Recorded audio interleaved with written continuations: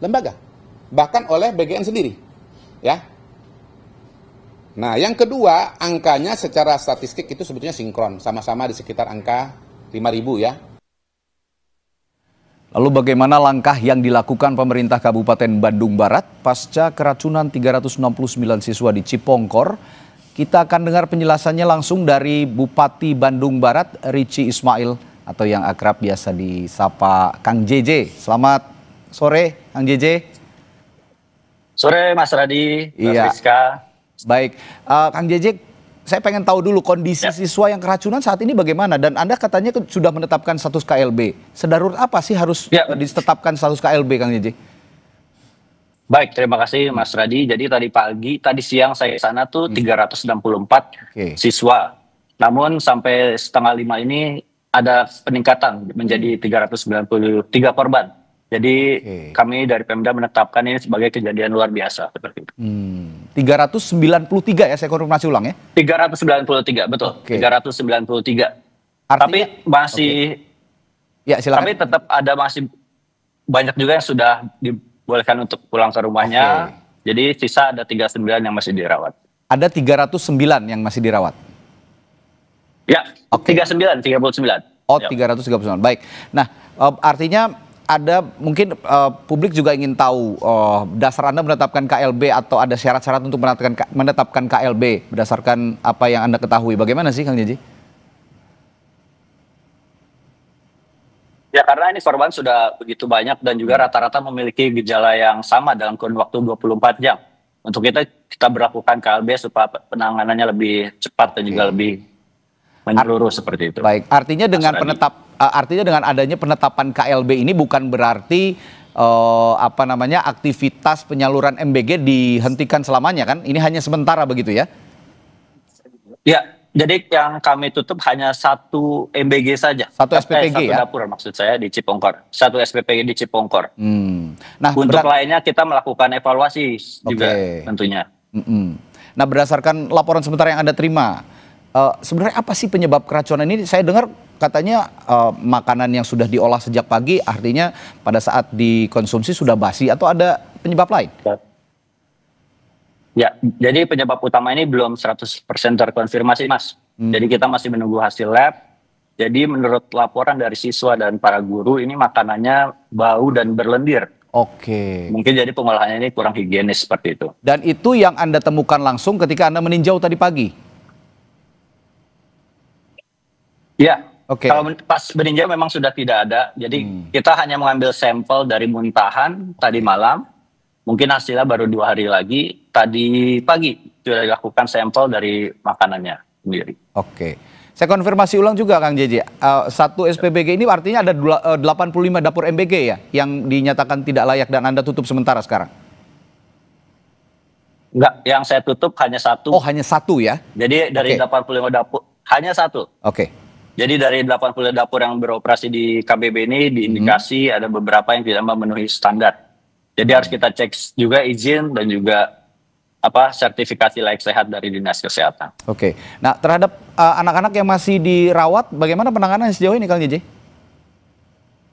Alhamdulillah penanganannya kita tadi sudah disebar ke beberapa tempat. Jadi ada yang di posko Kecamatan Cipongkor, kemudian ada di posko Puskesmas, dan ada juga di RSUD Cililin. Saya cek langsung tadi alhamdulillah sudah ada penurunan, kondisinya juga membaik. Jadi beberapa sudah bisa pulang. Hanya satu tadi saya menemukan yang agak berat, mungkin kehilangan kesadaran sampai seperti itu. Sampai kehilangan kesadaran bahkan? Sampai kehilangan, jadi hanya kita panggil pun tidak ada reaksi. Baik.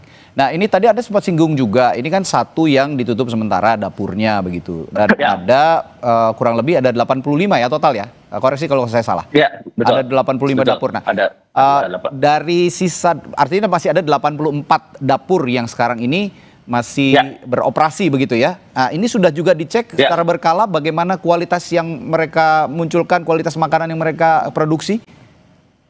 Nah, ini kita melakukan investigasi secara menyeluruh, Mas. Jadi kita semuanya akan kita cek mulai dari izinnya, sertifikasinya, sampai juga prosedur kebersihannya seperti itu. Tadi Tadi juga saya menyimak ada pantauan langsung dari Badan Gizi Nasional ke Kabupaten Bandung Barat. Sudah ada komunikasi dengan BGN dan apa hasilnya?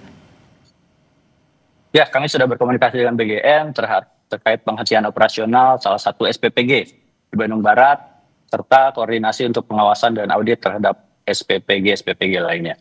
Saya juga meminta BGN terus membantu standarisasi dan juga pengawasan supaya program ini aman secara gizi dan juga kebersihan. Oke, ini sebenarnya peristiwa ini kan terjadi di banyak daerah sebenarnya Kang Jiji. Tapi yang pertama kali saya lihat, koreksi juga kalau saya salah seperti itu, tapi sejauh ini saya lihat baru Kabupaten Bandung Barat yang berani menyetop satu dapur kegiatan MBG dan menyatakan ini sebuah peristiwa KLB. Artinya Anda juga punya kekhawatiran bahwa ini kalau misalnya tidak di stop sementara ini akan meluas ke daerah-daerah lain ataupun di sekolah-sekolah lain atau bagaimana?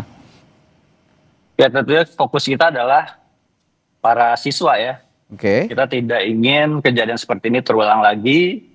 Jadi kita ceklah apa ini permasalahannya, penyebabnya, kita cari tahu supaya tidak terjadi di tempat-tempat lain seperti itu saja sih, Mas. Saya juga ingin tahu reaksi publik Kang Jeje di Kabupaten Bandung Barat, masyarakat KBB dengan ada peristiwa ini. Anda pasti juga menerima keluhan, menerima aspirasi dari mereka. Bagaimana mereka merespons dengan adanya peristiwa ini? Apakah mereka masih tetap percaya dengan program MBG atau meminta MBG ini benar-benar diawasi dengan ketat atau bagaimana? Ya, tentunya kita akan melakukan evaluasi secara ketat ya. Jadi kita akan seperti saya sampaikan tadi dengan BGN kita fokus satu-satu kita cek dari mulai pengolahannya, distribusinya, sampai memastikan benar-benar layak. Dan juga pengawasan rutin. Itu akan kita lakukan. Jadi supaya masyarakat bisa percaya. Karena program ini juga menurut saya sangat baik ya. Program dari Bapak. Artinya program ini baik ya sebenarnya. Hanya ya itu sangat tadi. Sangat baik. Hanya saja melakukan evaluasi seperti itu. Perlukan pengawasan dan evaluasi.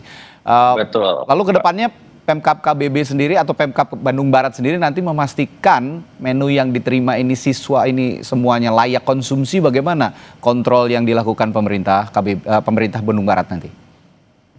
Oke, jadi pertama mungkin pemeriksaan izin dan sertifikasi layak sehat di semua dapur.